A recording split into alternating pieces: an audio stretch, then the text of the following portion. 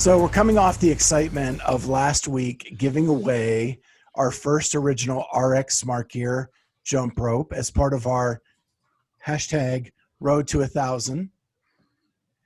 So that is awesome. And we want to tell you that we are already 10 subscribers into the next 100. And so we want to keep that momentum rolling. Let's go. And this is how you can become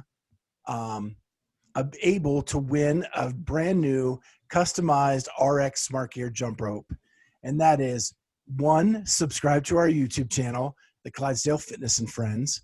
2, make sure that that account is public so that we can see your name. And 3, share with everybody you know or tag your friends in a post that we may make about it so that we can get to that next level as quickly as possible. Yeah, easy enough, right? Easy. Yep. Free stuff. Free stuff, and our one's already gone out the door, so we're ready to give away a lot more because we want to get to that 1,000 so that by next CrossFit season we can start doing a little more fun and remote location type stuff with the podcast. So that is, and we want to thank RX Smart Gear. They have been an awesome partner. We couldn't have asked for a better sponsor and partner to this podcast. They are awesome. And it is the holiday season. If you want to buy one of your loved ones a jump rope, easy peasy, go on rxsmartgear.com.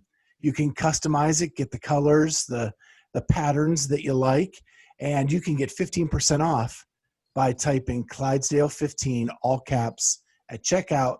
And that gets you 15% off everything in the store except for new releases and special editions.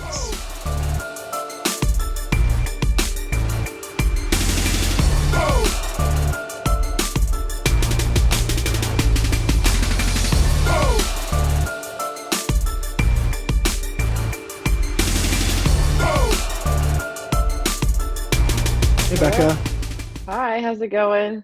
Good. How are you doing? I'm good, thank you. So we are really laid back. We just have a conversation. This is my co-host, Amy. Hi there. Hi, Amy. And I'm Scott. I'm the Clydesdale. Awesome. And so we're just going to have a chat with you, get to know you a little bit better, even though you've been around the sport for almost since its inception. So the record's already going. And for our audience, we are with Becca Voigt Miller. She is a 13-time games participant. I don't know how that math exactly works. Maybe 12 or 13. You qualified this year, but there was no games held for the Masters, which was kind of a bummer. So let's just start there, and then we'll kind of go back in time.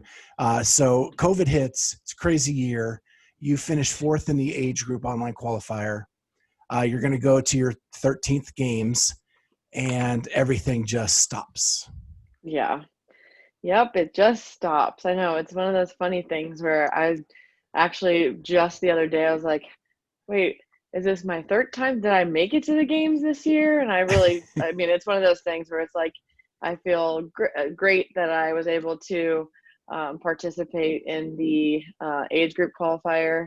I don't really hold that one as a qualification. I did qualify for the games, but I mean, there was a lot of people that couldn't participate just because of COVID and shutdowns with gyms in other countries at that time.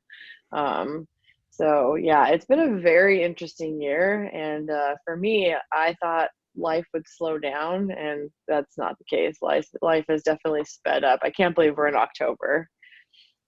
Yeah, I actually met you this year for the first time at the Mayhem Classic, and you really did well there. That was a pretty stacked field, and you were in that final heat the whole way through the weekend.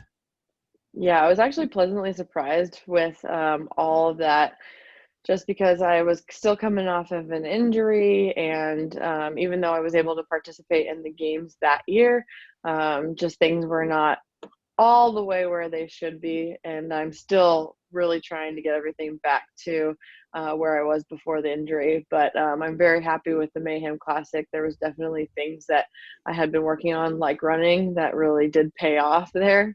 So that was good. I really hope that we can go back to that competition, in the coming, I guess, years maybe. But yeah, I do remember meeting you at Mayhem Classic, and it was a fun event. They did a really great job.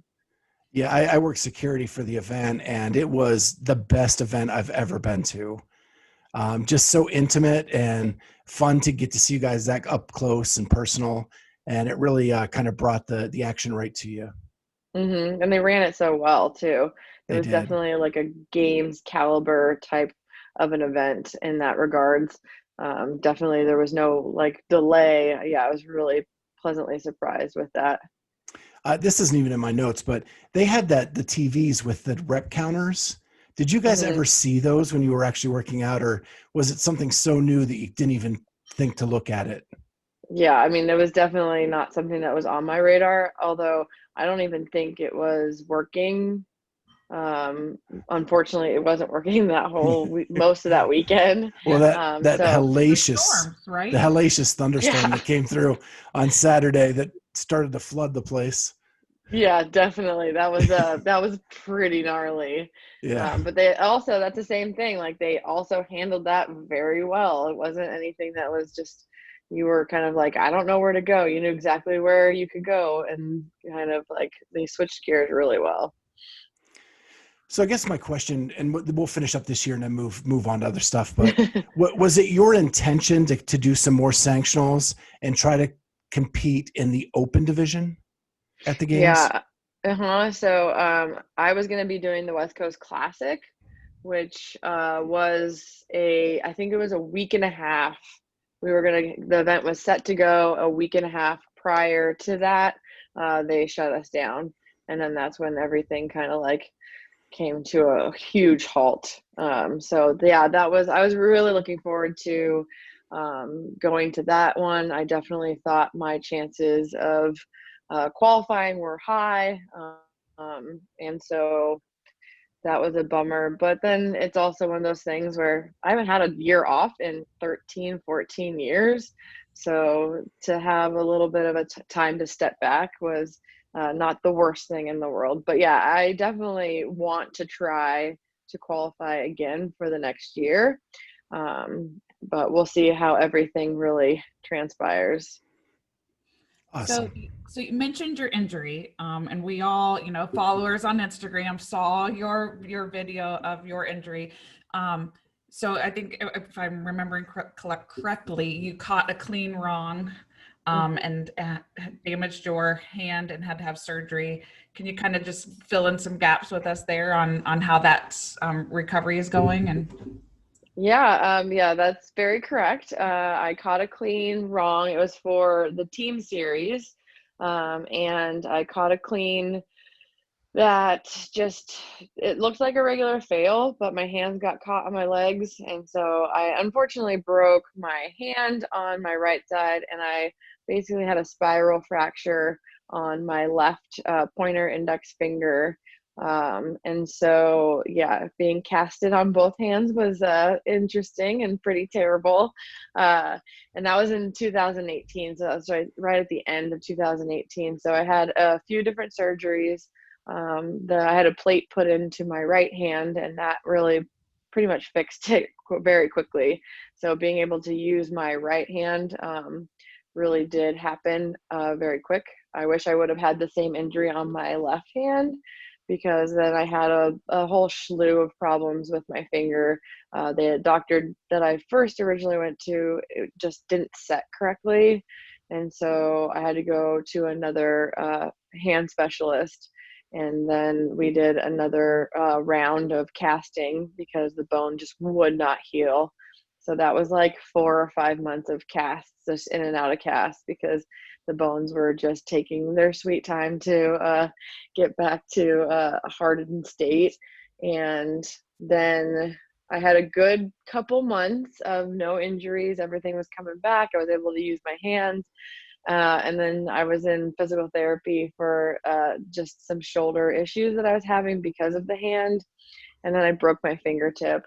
And so, yeah, so that was another like 3 months of just waiting for that to heal in that same finger. And I got cleared maybe 3 or 4 months ago. And so now everything is in working order, knock on wood. And training is starting to ramp up. I actually switched programmers. So it's just like a whole new year and a whole new opportunity to kind of work on my weaknesses and get better. So it's been an interesting ride since this injury, but it's definitely not something that I can't navigate. I've had injuries throughout my career. Definitely not because of CrossFit, but because of stupid things that I didn't take care of, or just trying to go a little bit too fast and not focus on my technique. So that's one of the big takeaways for me, is just kind of slow down, and if something's not right, maybe get that better first. Well, as a coach, and actually 2018 was a rough year for me as far as injuries. I had 2 knee surgeries, but I remember wow. at the time thinking like, wow, it's just one joint in my body. There's so many different things I can train and do. And now I'm trying to imagine you having 2 casts on your hands and figuring out, okay, I guess ride the bike, legs only, or lots of squatting and that kind of thing. So, Oh yeah, there was a lot of creativity. Sam Briggs was sending me workouts that she did when she was rehabbing her shoulder. So there was a lot of lower body stuff. Yeah, I got very creative. I was pushing sleds with my shoulders, just like bear hugging. But yeah, you're a coach, so you totally know that for all of my clients, it's like, you just need to come to the gym and we'll figure out what we're going to do. yeah. I don't want you to stop coming just because you have an injury. We can work around that. It's going to be a lot of trial and error, but yeah, I have a lot of books on many lower body or arms, no arm workouts. Sure. So I think what's miraculous is you've had a long career with no injury that kept you from the games. Yeah.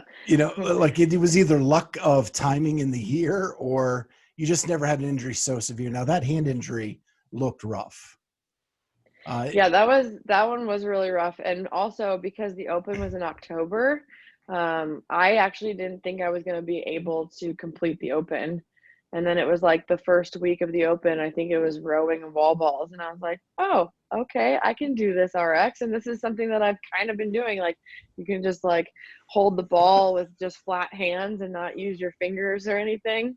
So that year I definitely had no thoughts about going to the games. I was just going to go and do the Open because I'm a huge fan of the Open and what it does for community and what it does for people's abilities. Like, you might be a superhero, but when you do the Open, all of a sudden you realize that you just earned your cape because you did something that you've never done before. And I think that's like the coolest thing ever. It's the only reason why I've continued to do CrossFit.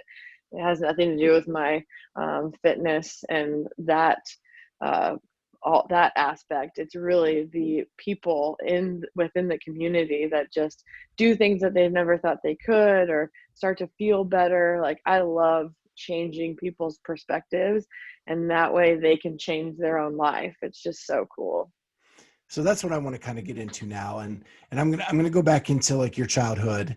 You grew up the daughter of a USA soccer player. Not a USA soccer player. No, but okay. No, I am a daughter of a immigrant German woman, and she played on a bunch of US. She came over here very early when she was I would say under 1 year old, and she came over here. She was born in a US military camp over in Germany. My grandfather was a translator for the US Army in Russian and German. And she did play for a bunch of US junior teams. So Okay. she was able to kind of go all over, but she wasn't a US soccer player in that regard. But she played at a very high level. Yeah. Yeah. And so I hear the story is that you didn't want anything to do with soccer because of all of her time with soccer. It really, it's a little bit more complex than that. My childhood was in the middle of it, was a little tough. And so I didn't want to be anything like my mom at that time. It was a more rebellious thing. So I did not want to play soccer, even though I learned how to walk on a soccer field. I have always been well, back then I was a better soccer player. So I played my entire life. Um, and it was just like I didn't want that path. I wanted to try something different. And I was fortunately a lot taller than my mom, and so I was kind of recruited by one of the elementary school basketball player coaches. And so that kind of brought my path to basketball instead of soccer. Which I'm, looking back, maybe soccer would have done me a little bit better here in the CrossFit arena, but it's all right. Yeah. So, but you translated that into a college basketball career. Yeah, I did. And so what position did you play? I was a power forward. And I was very fortunate. I went to a junior college right after high school. I just didn't feel like I was ready for the full college experience. So I went to a junior college, which was very ideal for me, worked really well for me. And then I was recruited by a very tiny private school up in the Bay Area. And so I went up there for 2 years and was able to play college basketball at a Division III school. Very cool. And so then you complete your basketball career after college, and you're going to move into what at that point? Like where you come out of college and what's next? Yeah, that was an interesting time for me. There wasn't anything really next. I really wasn't sure what I was going to do. And fortunately, I had two really good friends who were like, hey, let's just move to San Diego and figure it out from there. And so that's exactly what we did. We packed up everything 2 weeks after graduation and we moved down to San Diego. We found an apartment. And for, I don't know, 2 or 3 months, none of us had jobs because we just couldn't find anything.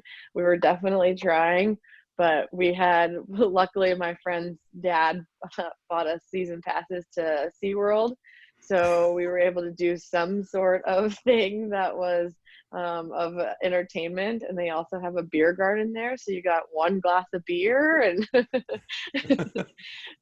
so it was very ideal for us then.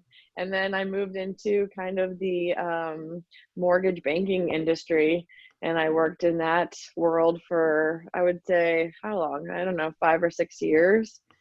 Wow. And then that's where things kind of started to take a turn. It was very, very unique. Yeah. All those years you've been a CrossFitter, I could never picture you as a mortgage banker. But we all have our own path. And in your own video on your website, you talk about that was kind of like some lost years that you're just trying to figure things out. And what was that process like? And was it CrossFit that got you out of it? Yeah, it was CrossFit has been huge in my life in many different parallels, but during that time, it was one of those things where I was completely lost.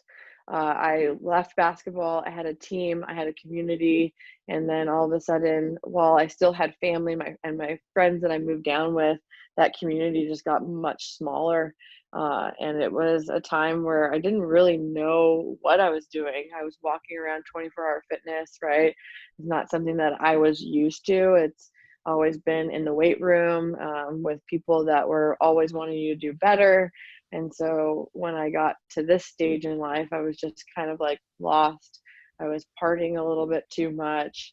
And it just kind of was one of those things where I wasn't having the best time. And then my friend who was in San Diego with me, and then we both moved away and kind of closer to our own homes that we grew up at. she was like, hey, I found this gym that I'm training at and they do CrossFit. I think that you should just give it a go. And here's an event that we're going to do. It's called Fight Gone Bad, and it's for prostate cancer. So just for this next month, just practice these movements in kind of this format, and then come up and visit me in the Bay Area, and you'll have this event, and at least it'll be something fun we can do together. And I was like, okay, why not? So here I was at 24 Hour Fitness, running around like a mad woman. At this time, like CrossFit was very unknown, and people were just looking at me like I was insane. And I practiced 5 movements, right? I was specializing. It wasn't even CrossFit. But I was able to go up there for this event, and I completed Fight Gone Bad, which was awesome. I did pretty decent. But what really just bowled me over was that community. That gym had already established a huge community, and wow, they accepted me with open arms, and they basically brought me in like I had been there my entire CrossFit career. Like their whole time they knew me. It was just so special. And I walked away from that weekend going, I want that so bad. And I was so sore. That workout left me sore for 7 days. I could barely walk. I went back to my desk job, and they were just like, what happened to you? And I was like, I don't know, but I need more of that. And so I reached out to a few gyms, and one owner reached back out to me and just said, yeah, come check it out, and just see if you really like it. And kind of from there is the history of my job, or not my job, but the history of my career. I just started doing it after work. I'd go straight over. I'd train there for like a couple hours. And then one day the coach was going on vacation, and he's like, hey, I need someone to cover my classes. Would you be interested? And then the bug really hit. It was just like, yeah, of course I would. And I was like, oh, I want to do this for my career. This is fun. And then even moreover, like maybe a year later, I got my level 1 certification, and I realized I wasn't supposed to be coaching without a level 1 certification, but that was also a very long time ago. But yeah, I went to my level 1, and I got to see many versions of coaching and many styles of coaching. And I was like, oh, I can do this my way, and I can add my flair, and I can, I was doing it very different before, and I came back and I was able to come into my own. And then from that point on, my desk job didn't matter to me. Looking back, I really regret not putting in the effort that I should have at that time. But yeah, I worked for a couple more years at that job, and then I just started coaching more and more. And then at a certain point, that was right at 2011 is when, sorry, my husband's been texting me and it's too distracting. In 2011 is when I took a couple months off, and I was going to dedicate it to training for the games. And it was one of those things when I came back, I was like, I never want to work in this desk again. Like, this is not for me. I want to be full-time coach. I want to be an athlete. And so my husband and I, well, at the time he was my boyfriend, but we talked about it and we were just discussing it. And I was like, yep, this is what I need to do. So I was fortunately, I did it the cowardly way, but I was laid off. And so that was the push that I needed to kind of move from this part-time professional athlete to a more full-time professional athlete, which was really cool.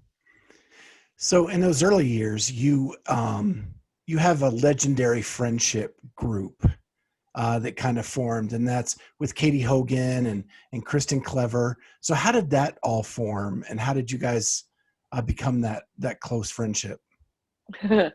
It's very interesting. I believe I became friends with Katie first before Chris. It's a very tight little timeline right there.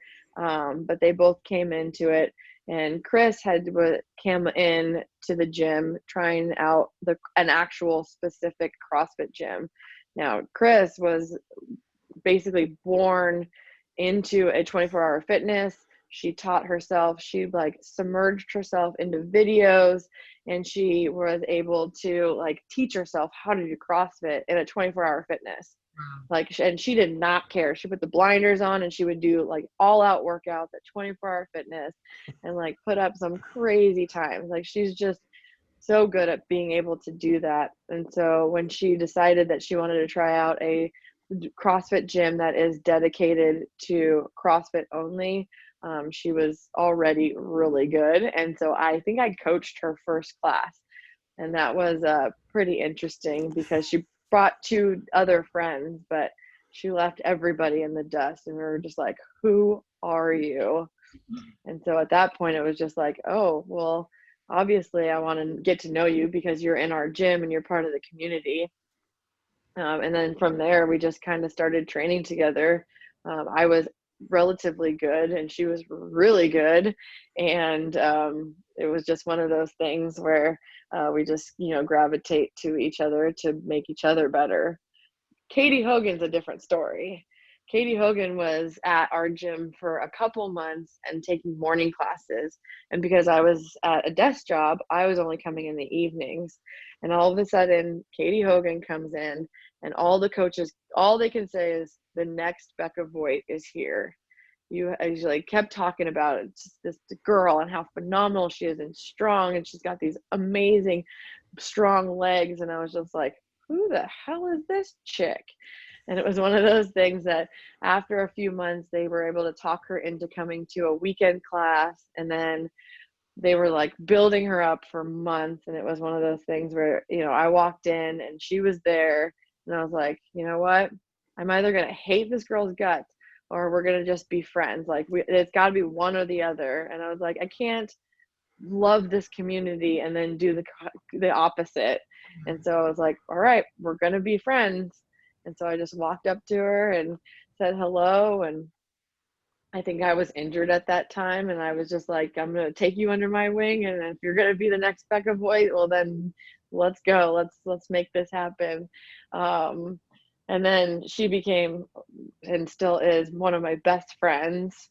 We became roommates maybe a year or so later. And from then it just, it's just such a special friendship. It's one of those friendships that, you could leave for a year, not talk to each other, and you come back together and it's just like you talked yesterday. It's just so special. So yeah, I don't miss that. I miss living with her, but I know she's has a very happy life where she's at, and it's just so cool to be still part of her life. And Chris Clever, Lindsay Valenzuela was part of that group for a while, but yeah, it was all very special times. And what's kind of cool is in 2011 you finish 3rd at the games, and you get to stand on the podium with Chris. That was so special. It was really special. Actually, 2011 is a complete blur for me. During that games, I had really bad vertigo, so I don't really remember a lot of it. But and standing on the podium is extremely special. But I remember the year before when Chris won it, and that was by far like one of my more favorite moments, is just watching her stand on top of that podium, because I know how hard she worked, and she just cares so much, and she cares about other people so much. It's just so cool to see her get her moment. Yeah, she was always my wife's favorite CrossFitter. She always rooted for her. So so she holds a special place in our family. I want to kind of go back to there's a point where you wanted to open your own gym. Mm-hmm. And I think you say in your video that there's something happened with the community, and we don't need to get into all that, but it just changed to a point where you wanted to do something different and do it kind of your way. Yeah. So what was the motivation to open up that gym? And kind of a really cool story is it took you 2 years to find a location, and you fought through all of that. Yeah, with a lot of help from my husband. The gym that I was at, we had something really special. And then at a certain point, Katie left and moved back home. So then that she was missing from my life, which was very hard, or my day-to-day life. And then, yeah, the community started to just kind of fizzle. Times people were coming at different times. Life got in the way. We all became grown-ups at that time. So that was a big part of it. And so it was just one of those things where it was just not the same. And I was kept talking to my husband about the community, and he's part of that same community. I mean, he's definitely been there for a huge part of it. I think it's since 2009. So he understood what that community was all about, and it was something that was so special. And it was just one of those things like, why aren't we doing that? Why aren't we pursuing that? And I was scared because I didn't want to fail. And so I left Valley CrossFit, and I just kind of moonlight everywhere. I kind of coached at a few different gyms. And at that time I was very clear, like, we are looking to open our own gym. I'm happy to coach here, but as soon as we find something, I'm going to leave. And so it was actually a lot of pushing from my husband, and he had found gyms or like locations we could go look at. And every time I'd walk in, it'd be like, this one's too far, or this one's, too small. And then finally we found one that was legit half a mile from our house. And I walked into it, and it was this tiny, tiny gym. And I'm coming from Valley CrossFit, 20,000 square feet. It's a humongous facility. And so I'm like, I don't really know how this is going to work. And he like sat me down and he said, listen, if we fail, we have to fail small. Like, we can't just put everything in there and just fail big and then not be able to recover for the rest of our lives. We're going to, like, this is the best option. This is really the only option. And so I was like, okay, let's make it work. And so we started the transformation of this building. It needed so much work. And I'm so fortunate that my family, my dad is a contractor. My mom has worked for him for a long portion of her life. And so they got in there, they helped us. We were just, for a month right before the games, we were just dirty getting this gym ready. And on September 1st, we opened our doors. We got the keys on August 1st, and September 1st, we opened our doors, and we started our gym with 50 members. And it was just, so cool. It was one of those things where I just posted something on my social media saying, like, I'm going to open if anyone was interested. We had a founders club, and so people got a really amazing rate. And yeah, I feel so special because I think without those 50, just having the confidence of 50 right off the bat, it would have been a different story. But to have, I'm going to get emotional because it's like still so profound. Like, those individuals believed in me, even though I really didn't have anything to show them that I was going to be able to provide them. There was no gym yet to show them. And even when we first opened, we didn't even have a rig. It was being built and painted and stuff, but we had to get real creative in how we were going to do things. And it's been such a wild ride. It's been 6 years, and while it's exhausting and I'm still working basically the same amount of hours, I wouldn't change it. I wouldn't change it for the world. I still get so excited for the first pull-up, which we got today. One of our members got his first pull-up, and That so never gets old. it never gets old. It's so cool. I think I was more excited than he was, but it's just so special. And I just love that. And really right now it's even more special because we're able to provide a service to people who might otherwise not be able to, get out and socialize. We're outside, we have 6 feet of distance between everybody or more. We're lucky we have a pull-up rig outside.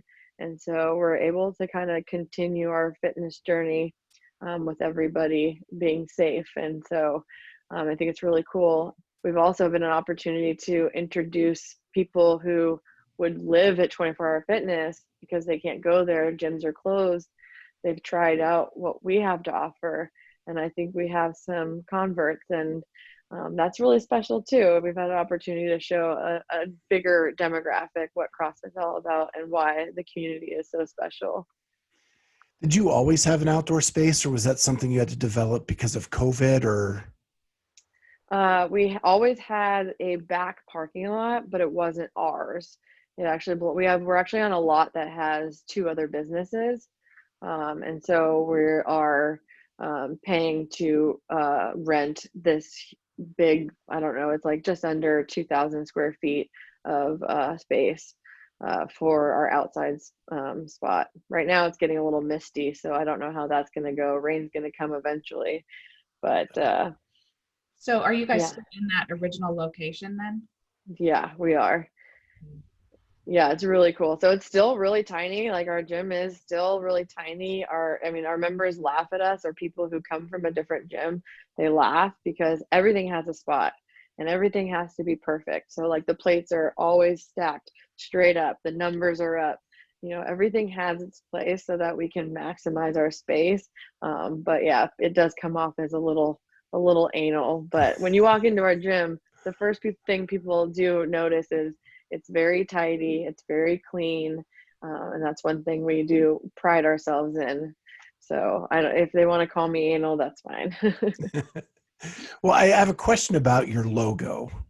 It is a very unique and very cool logo, which is, it looks like an oak tree almost. Maybe it's a different kind of tree, with rings hanging out of it and really thick roots.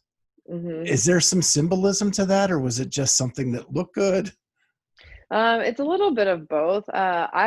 We were trying to find a logo forever. We were working with the designer, and he was just like, "What do you want on there?" And we were trying to go back and forth. Like a kettlebell was just not something that we wanted. It was definitely a little bit more generic. We wanted something that we could stand alone if we really created a brand. And so it was just back and forth. Our designer was like, "Tell me your spirit animal. Maybe we can put that on there." And it was like, I'm not putting like an elephant on our logo or something like that. And I always have been fascinated with trees. I think trees are just so pretty and special. It's also something my dad really likes looking at trees, and I'm sure that's where I get it. But I think trees are just so cool. And so we were just like, throw a tree in there and see what it looks like. So we got the logo back, and we were like, that's kind of it. We're not there yet, but we want something. If it's going to be called Training Yard, we want it to feel like a backyard space, a place where people could go to just chill and hang out and have fun. And my husband's like, well, what if we put something in the tree? And we were like, okay, let's see what rings look like. And as soon as we got the rings back, we were like, yeah, that's it. That's a place that you want to go play at. And so it just kind of brought it all together. And so we kept the colors very, minimal, black and white, make it simple. It can be timeless at that point. And yeah, I think we really nailed it. That tree is like super cool. Nothing to the roots, but I might steal that from you, Scott, and like and use like the deep roots in there. Oh, that's when I looked at it, and I watched your video first and then saw the logo. Kind of what you were saying spoke to me about the community and the roots of that company, that community. And then I saw the tree with these thick roots, and I was like, that's got to mean something. Well, it does now. I have an obsession with trees, and I'm sitting in my tree room right now as we're. Oh, you have a tree room? Well, I mean, it's just my dining room, but it's where I display all my favorite tree pictures and stuff. Oh, that's so cool. Yeah, I have a lamp that is like, it has a nice little trunk, and then my dad made this copper like tree. It's all cut out, so it just looks really, really cool. I love all different things that are trees. It's so cool. They're amazing. They're so resilient. So it's really a neat little thing. So in your video, I heard you talking about coaching. And when I heard you talk about coaching, like in my mind, I was like, she is meant to, this is her calling, like to be a coach. And you made the statement that every person deserves your time. And I want to get the other one just right. Coaches are not facilitators. They're there to perform a task, and everybody deserves your full attention. So everybody deserves your time, and everybody deserves your full attention. I love that. It's not just about counting down the clock and saying when it's time and making sure that you're done on time. It's about being a coach during that time and giving everybody your full self? Mm-hmm. Yeah. It's something that is really important to me. I mean, if you're going to pay me, and our membership is, it's along the lines of what everyone else pays, it's on the higher side. And so I feel like if you're going to spend that much money for my product, I'm going to give you everything I can to make it worth your while. And so, yeah, you deserve my time. I need to make sure that I'm focused on you and I'm taking your concerns into consideration. But I also want to make sure that when you're doing your workout, we keep the integrity of the movement and we're not just kind of throwing stuff out there. We're going to make sure we're safe, and we're going to make sure that we are keeping ourselves like on the standard, because I don't want you to walk away from my gym and everyone goes, well, his time was fast, but it doesn't really count. And I feel like that's really important. I have a lot to offer, and I can help you move better if you let me. And I think that is the job of the coach. The coach is not there to just say, like you said, count down the clock and tell you you have 5 more minutes in class. It's a performance, and I am here to give you that performance. And I want to enrich your life. That's what I want you to do. I want to enrich your life. And if you tell me like, I don't really want to get better at CrossFit, I'll back off, but I'm still going to make sure that you keep the integrity of the standard of my gym and the movement itself.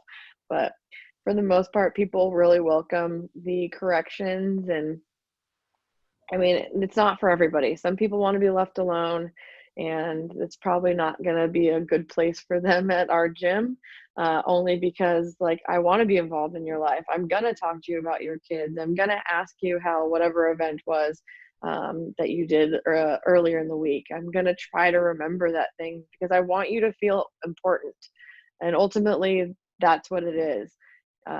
Everyone deserves to feel important. And so I'm going to really do my best to make that. I've fallen short many times. I've learned from them.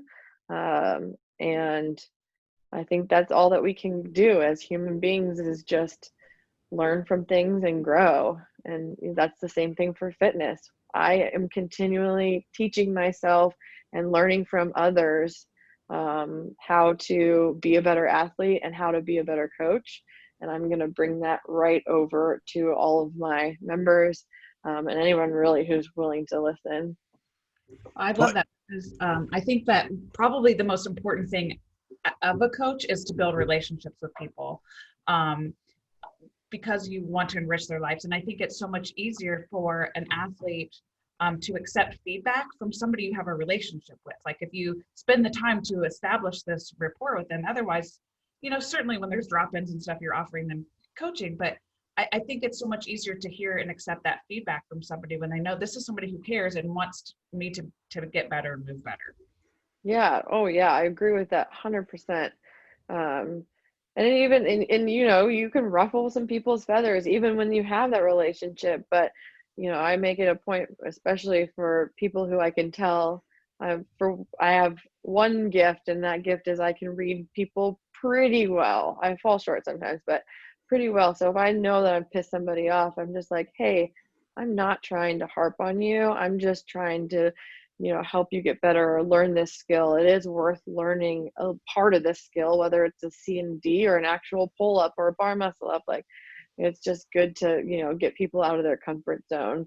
But yeah, it's really important with the relationships for, everybody. I think you are able to get your point across a little bit easier.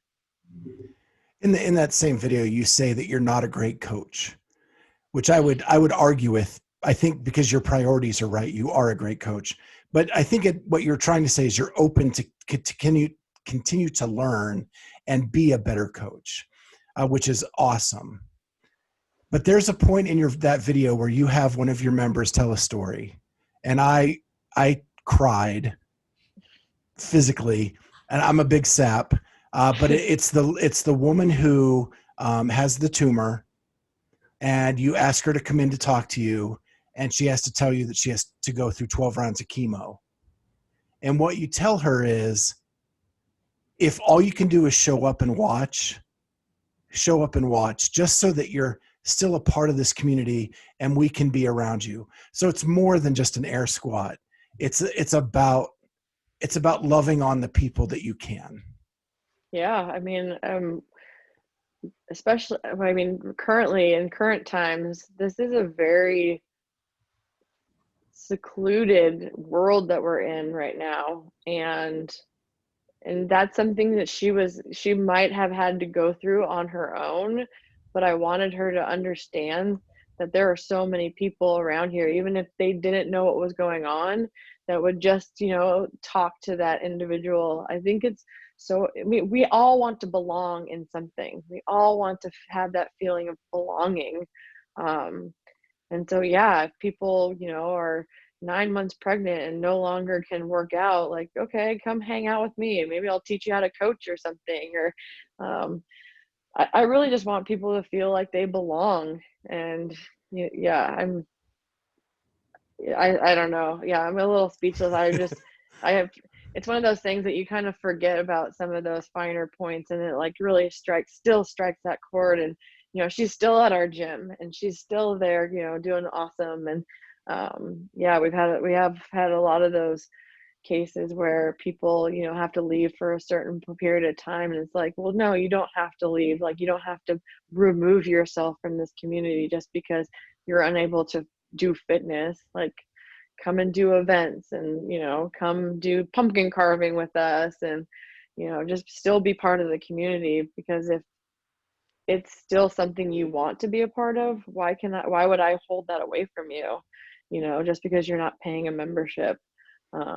So yeah, she's really special. I mean, everybody, all of my members are. I like it because I can take any one of these members to coffee and just sit down with them and learn a little bit more about them. And it would be like, oh, that was such a good time. I just think so we're all very different human beings, all of us. And it's just cool to learn from each other. Well, I think you're special for doing that and being a coach like that. But let's move into some fun topics and just like have some fun to kind of finish off the hour. And I was doing some research through your Instagram and through different things like that. I love your Friday finds. How did you come up with that concept? And I love it because it's a way to share with the community in another way. I've fallen short on these posts the last couple of weeks, I'm gonna have to say. But yeah, Friday finds. Well, here's how it transpires. Sometimes you can't talk about some of the hot topics that are going on in the world and in our country. And so sometimes when you're going through a warm up, or there's a bunch of introverts in your class, sometimes it's really hard to start a conversation. It's just like, you got to get it going. And so I start talking about Trader Joe's because it's a company that I feel is very much similar to that community aspect. And they really, pride themselves in being a good addition to the community that they are in. And so I talk about what I find at Trader Joe's, and I talk about different products and my experiences. And so it was one of those things where I was like, I'm just going to do Friday finds and see if anyone really likes this. And yeah, Fridays aren't the best days for me to do it because I don't have any time, but yeah, I'll get back on it. I'll do it tomorrow. I'll do this one for you. Awesome. But yeah, I just think, Trader Joe's has so many cool things, and it's an affordable place. And there are a lot of people that are like, oh, I don't really shop at Trader Joe's. And it's like, what? How could you not? There's so many amazing, good tasting things there, and great prices. So I might as well share it. So one of the other things I found is you were eating a soft pretzel, and that is a soft place in my heart. That is probably my favorite food in the world is a soft pretzel. And so you were eating a Shappy pretzel said it was the greatest pretzel you ever had. It's still the greatest pretzel I've ever had. I'm probably gonna order some this weekend. So it's Adam Shapiro is an actor, and I think during COVID he wanted pretzels. I don't really know the exact story, but he started making these Philadelphia style pretzels and just put them online to this kind of like a pop-up style, and said it'll be at this bakery from Friday to I think it's Saturday night, and you can pre-order and you can pick them up, and yeah, you get them that day. They make them that morning, and then you pick them up, and they're still fairly warm. They're so fresh. Oh my gosh. If you ever come, I don't even know where you're at. What state are you in? So I'm in Columbus, Ohio. Amy and I are both in Okay. Columbus, Ohio. Oh, okay. Well, that makes sense. While you were at the Mayhem Classic too. But yeah, if you ever come to our neck of the woods, we'll get pretzels, because I mean, if you found a better pretzel, let's do this challenge. But oh my gosh, it's so good. I just can't even explain. Like, it's the best pretzel I've ever had. So it's funny you say you described it, because I grew up in Pennsylvania. So I've been to Philadelphia and I've had the Philadelphia pretzel, and it is the best pretzel I've ever had. Yes. So yeah, I mean, bring it. Anybody out there who wants to tell me different, but I mean, it's phenomenal. I mean, it's definitely better when it's fresh. So if you wait, I mean, I had one right out as soon as I got them. I ate one right away. And I don't feel guilty at all. And then I had one later that night. Well, it was still good. It kind of dried out a little bit, but it's phenomenal. I just cannot tell you more how it's the best pretzel ever.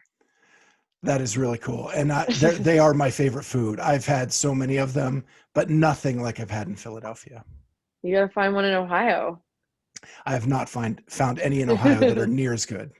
Okay, we'll keep trying. I will. It's worth trying. It is, because a bad pretzel is still pretty good. Yeah, exactly. Put Yeah. some mustard on it. Yeah. So Awesome. I was going to bring up, so there's been a couple of times where you've done some Instagram posts where my friends have tagged me in it and said, ha ha ha, look at this, because you're dancing. And I dance all the time. Like, I'm the coach at our gym that's known that when there's an EMOM, I spend the rest time dancing.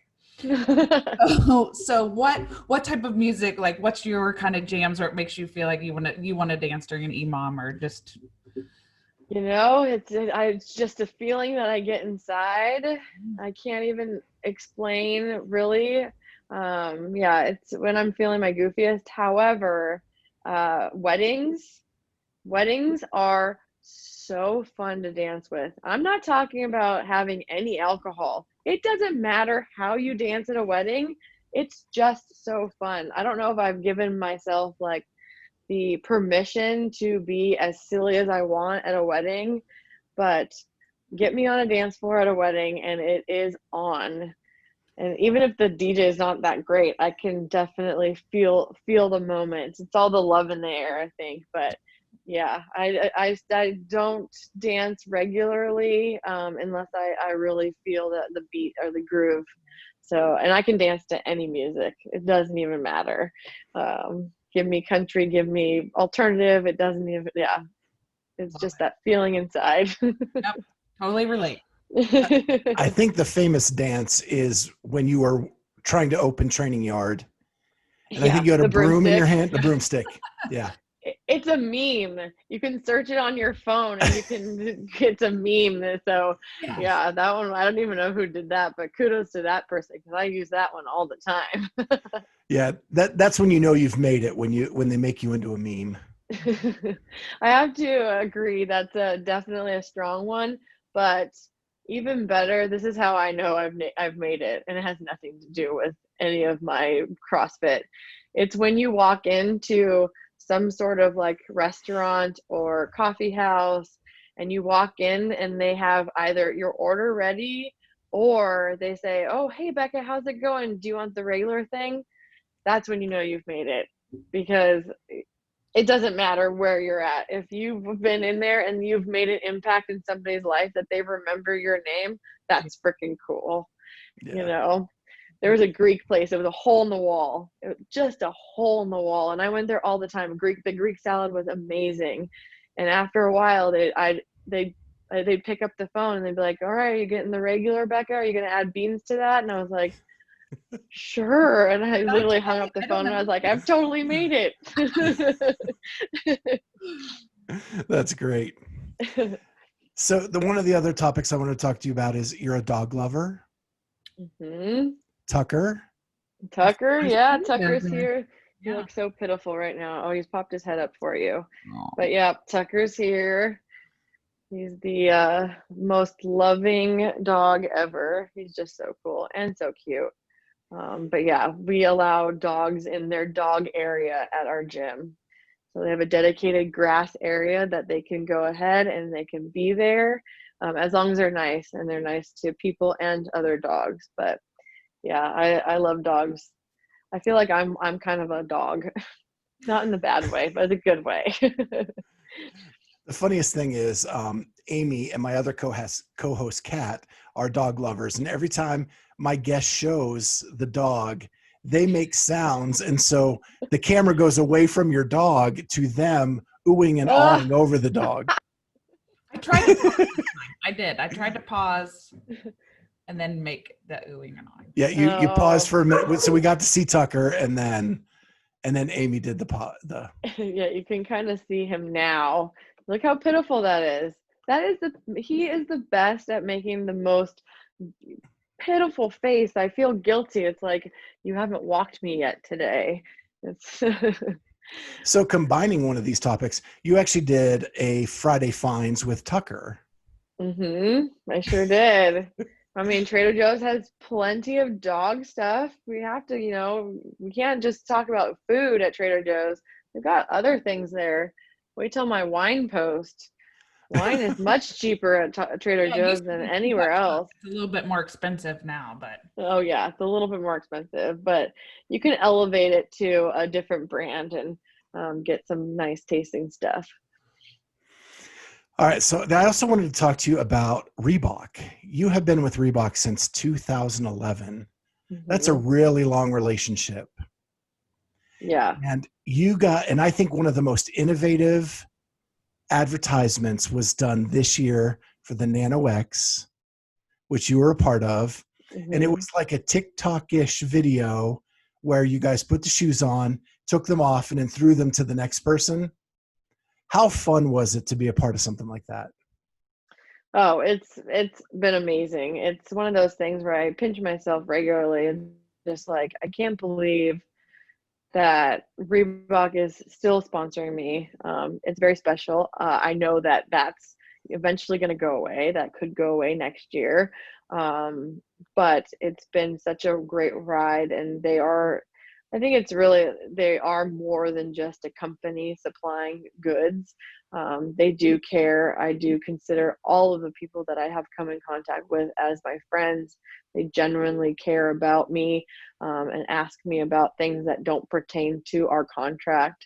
And I think that's really cool. So being a part of it right now during COVID and really trying to bring in that shoe and kind of making it so that it was a part of the community. It was about all of us athletes, coming together and just kind of like, even if it wasn't real, getting into each other's homes and just being part of that campaign was very, very special and really fun. Like, how creative is that? I could never have thought of something like that on my own. So for whoever brought that, I think it was Brett Bukowski that thought of it. And so that was so brilliant. And I think it's so cool that Reebok was like, yeah, that's a great idea. Let's run with that. And let's see how that kind of unfolds. And it was really awesome. And there was actually a lot of people who did kind of a similar type of thing with either Reebok shoes or other products, but it was fun. It was a fun one. Yeah, it was great. And I loved how for social media, they made it like an infinite loop. So when the last person threw the shoes, it goes right back to Annie. I think Annie was the first one, and it just keeps running. So it was really cool how they did that. Well, the last question I have for you for this hour is, you also met your husband through CrossFit. So not Yeah. only was it your community and your calling, what you were meant to do, but you found your husband. And so how did you guys meet, and how did that all kind of start? Well, we met, man, a long time ago. We met in, I think it was 2009. And he walked in to take a class. He tried us out at Valley, and he walked in, and I happened to be coaching. And so I got him set up, and it was one of those things where the second I saw him, I was just like, oh my gosh, this guy is so handsome. I like, oh, he's so cute. And then I took him through a workout, and I was like, CrossFit can be very aggressive. We need to kind of scale down. Let's do that. And so he did the workout. He did pretty good. And then he left, and he came back the next day, and I was like, how do you feel? Are you sore? And he's like, no, I went to 24-hour fitness afterwards and got more of a workout. And I was like, oh, really? And so that next workout, I was like, you're doing this RX. It was not a smart move. I wouldn't do that now as an owner. But at the time, I was like, I'm going to freaking destroy this guy. And I'm going to really show him what CrossFit can do. And yeah, he just kept coming back and kept taking classes. And then, just slow. It was one of those things where it wasn't very immediate. It was 3 or 4 months of just, seeing him here and there. And then all of a sudden, as a group, we used to go to breakfast. And so there'd be like 15 of us, and he'd start to join us with breakfast. And then it just kind of it just flowed very nicely into then one night we went to dinner, and then it was kind of like history from there.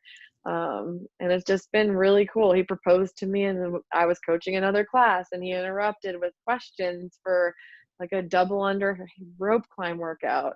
And it was one of those things where he did it all in front of our friends. And so I think it's just super cool that, like I said, CrossFit has just been part of my life and has changed my life in so many different ways. It's just, amazing. And now here we are, running our own gym and establishing relationships. And we haven't had a proposal yet, but maybe one day. So the real question is, did he ever admit that he got sore? Or was he just trying to show off to impress you?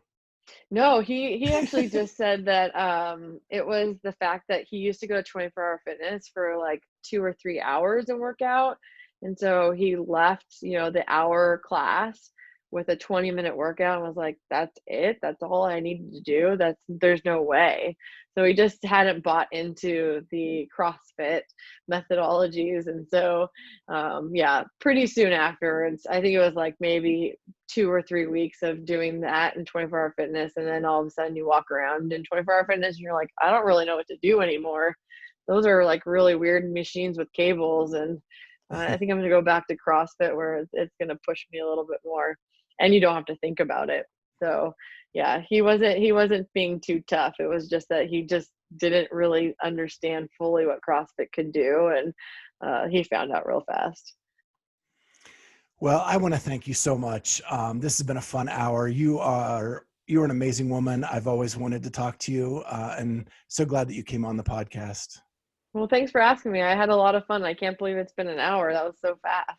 Yeah, I know we didn't talk much about your career, but you've done that on other stuff, and we just wanted to learn more about the fun side and kind of your coaching. Well, this is the fun part about any podcast, is not really knowing anything, about the person in that aspect. So I really enjoyed this interview. So thank you. Yeah. Well, thank you. And good luck in recovering, and next season we'll be rooting for you, and hopefully we see you at one of the sanctionals coming up.